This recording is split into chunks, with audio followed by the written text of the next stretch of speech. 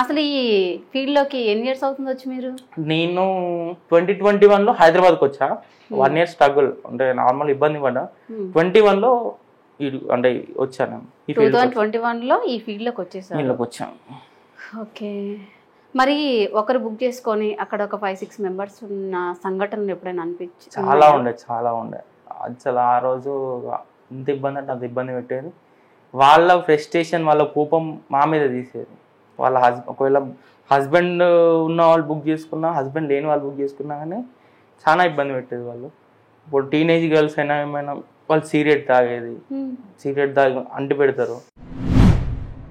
అమ్మాయిలకని కాదు, ఇప్పుడు call girls అంటే అమ్మాయిలకు ఇబ్బంది పెడతారని కాదు, అబ్బాయిలకు కూడా సేమ్ అమ్మాయిలకు ఎట్లా పెడతారో అబ్బాయిలకు కూడా అట్లనే సిగరెట్ పెట్టేది. తాగినాక వాళ్ళకి ఏం తెలుసు, అమ్మాయిలకు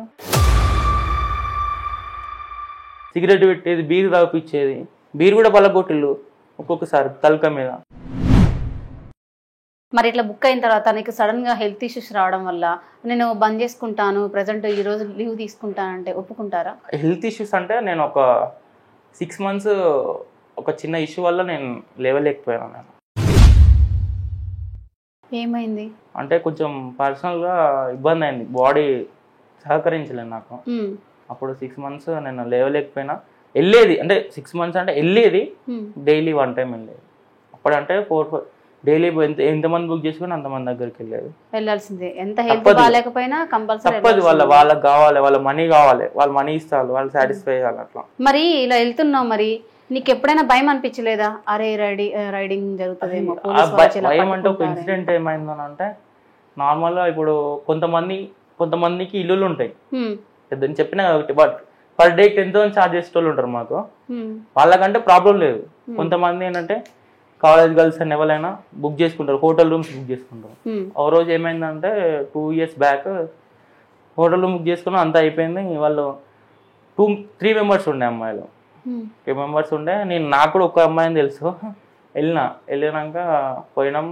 మామూలు తాగుతుండే వాళ్ళు, నన్ను కూడా తాగమన్నారు. నేను కూడా ఒక 2 beers తాగినా. మామూలుగా చేసుకుంటూనే ఉన్నాం. ఏమైంది సడన్గా కింద వాళ్ళు రిసెప్షన్ ఫోన్ చేసి రైడింగ్ అని అన్నారు. అర్థం కాలే నాకు. మరి అప్పుడు ఏం చేశారు మీరు? నేను ఏం చేసినాను అంటే వాళ్ళని అడిగిన. వాళ్ళు ఇప్పుడు నన్ను తీసుకొచ్చిన మంచి క్యాండిడేట్ అన్నారు, మంచి రిచ్ క్యాండిడేట్స్. ఇప్పుడు వాళ్ళు ఏం చేసిర్రు అంటే నన్ను ఒక్కని వదిలిపెట్టి వాళ్ళు 3 వెళ్ళిపోయారు. అర్థం కాలే. నన్ను రూమ్ లో వదిలిపెట్టి వెళ్ళిపోయారు. మరి పరిస్థితి ఏంటి అప్పుడు? అదే కదా నా పరిస్థితి. ఏమైందంటే మరి మీదకి వచ్చి సీసీ కెమెరాలు వాళ్ళు పోయేది చూసిరు, పోలీసు వాళ్ళు చూసి నా దగ్గరకు వచ్చి తీసుకుపోయి పోలీస్ స్టేషన్ 2 రోజుల నుంచి నన్ను 2 days ఉంచారా? 2 days ఘోరంగా కొట్టిల్లు నన్ను. మరి మీ ఏజెంట్ వాళ్ళు ఎప్పుడు కాపాడడానికి రాలేదా? మరి 2 days తర్వాత వచ్చిర్రు. నేను కనిపిస్తలేదని తెలిసి వచ్చారు. అంటే ఈ పర్సన్ ఏంది ఇంకా రాలే, మనకు హాస్టల్ కి రాలే 2 days నుంచి. అప్పటి వరకు తెలియదు, నేను ఒక గెస్ట్ క్లయింట్ దగ్గరనే ఉన్నానని తెలుసు. 2 days ఇక్కడ కాళ్ళ కడ కొట్టేది, ఇక్కడ కొట్టేది, అంత దెబ్బలు. అట్లా చేత కాకుండా కానీ 3rd day, ఇప్పుడు 2 రోజుల తర్వాత పోలీసులు కొట్టిన 3rd day మళ్ళీ పోమనేది. ఘోరంగా ఉండే సిచ్యువేషన్. అంత కొట్టిన తర్వాత కూడా మరి అప్పుడైనా బంద్ చేయొచ్చు కదా మరి మీరు? అనిపించింది కానీ వాళ్ళ ఇప్పుడు ఏజెంట్స్ దగ్గర ఏముంటుంది అంటే అగ్రిమెంట్ ఉంటుంది. అగ్రిమెంట్ ఉంటుంది. అగ్రిమెంట్ రాపించుకున్నాకనే జాయిన్ కావాలి. నేను ఫస్ట్ నాకు కొత్త తెలియదు. ఎన్ని ఇయర్స్ ఉంటుంది అగ్రిమెంట్? ఒక 5-10 years ఉంటుంది. 5-10 years అంటే మీకు అప్పుడు తెలియక సైన్ చేసేసారు? నేను కొత్తగా నాకు అప్పుడు కావాల్సింది. అప్పుడు మనీ మస్తు చూసిన, నేను ఫుల్ పైసలు ఇచ్చాను నాకు. అంటే ఏజెంట్ స్టార్టింగ్ కాబట్టి పైసలు ఇచ్చి ఆశ చూపించాను నాకు. పైసలు ఆశ చూపించే వరకు నేను అదే పైసలు మంచి అప్పుడు నెలకు ఒక 2-3 lakhs సంపాదించేది. అప్పుడు సంపాదించిన కదా మంచిగా వస్తానే కదా పైసలు, అలా సంపాదించిన కంటిన్యూ అయిపోయినా. ఆ పైసలు ఇంటికి పంపించేస్తాను, నేను అక్క దగ్గరికి పంపించేసిన. కానీ అక్కకు తెలియదు నేను ఇది చేస్తానని. అది అయిపోయినాక అగ్రిమెంట్ ఉంటుంది. అగ్రిమెంట్ నువ్వు ఇప్పుడు 10 years రాసుకున్నావు అనుకో, ఒక 2-3 years వేసి బంద్ చేస్తా అంటే కొడతారు, మమ్మల్ని కొడతారు. మరి ఇంత లడ్డుగున్నావు కదా, అక్కడికి వెళ్ళిన తర్వాత నువ్వు లడ్డుగున్నావు అని చెప్పేసి రిజెక్ట్ ఏమైనా చేశారా? రిజెక్ట్ అని ఏం లేదు. నేను నాకు చాలా మంది అమ్మాయిలు ఏంటంటే ఇప్పుడు వాళ్ళ ఏజెంట్స్ కూడా ఏం చెప్తారంటే మంచి హైట్ పర్సనాలిటీ ఉన్న అబ్బాయిని పంపి అని చెప్తారు.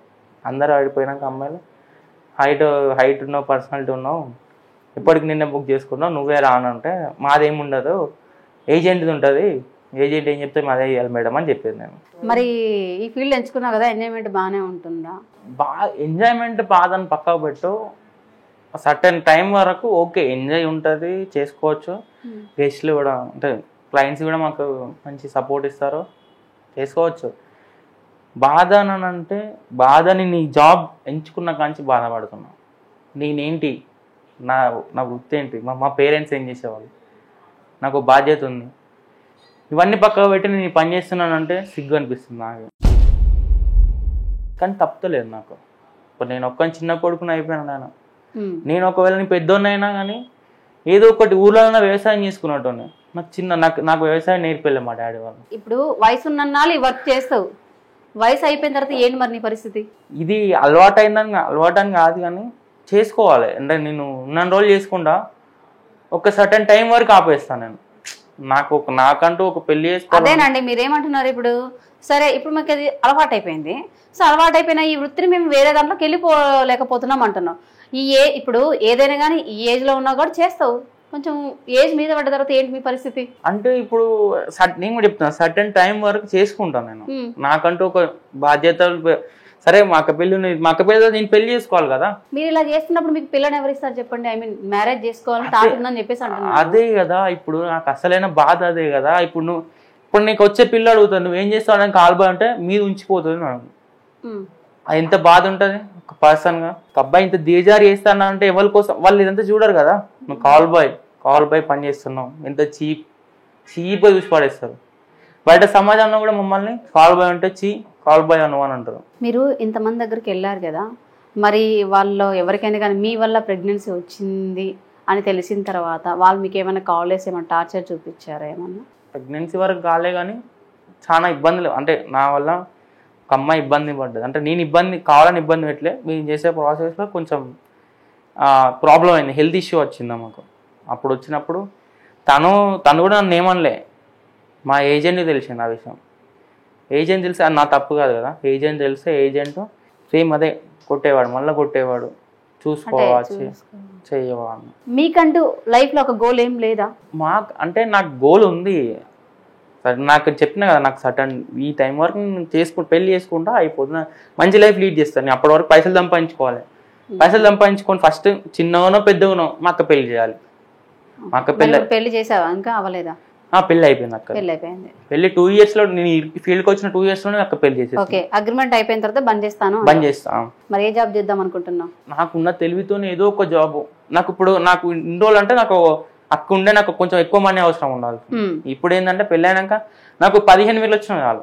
నాకు 15,000, ఒకవేళ పెళ్లి చేసుకున్నాక మా వైఫ్కో 15,000 వచ్చినా 30,000తో మా చిన్న మేము మేనేజ్ చేసుకుంటాం. అసలు ఈ ఫీల్డ్లో దిగక ముందు లైఫ్లో ఏం చెయ్యాలని చెప్పేసి అనుకున్నావు? అసలు ఫీల్డ్లో దిగ ముందు కంటే నేను డిగ్రీ చేసి ఏమన్నా జాబ్ చేద్దామని, బిజినెస్ చేద్దామని ఉండే నాకు.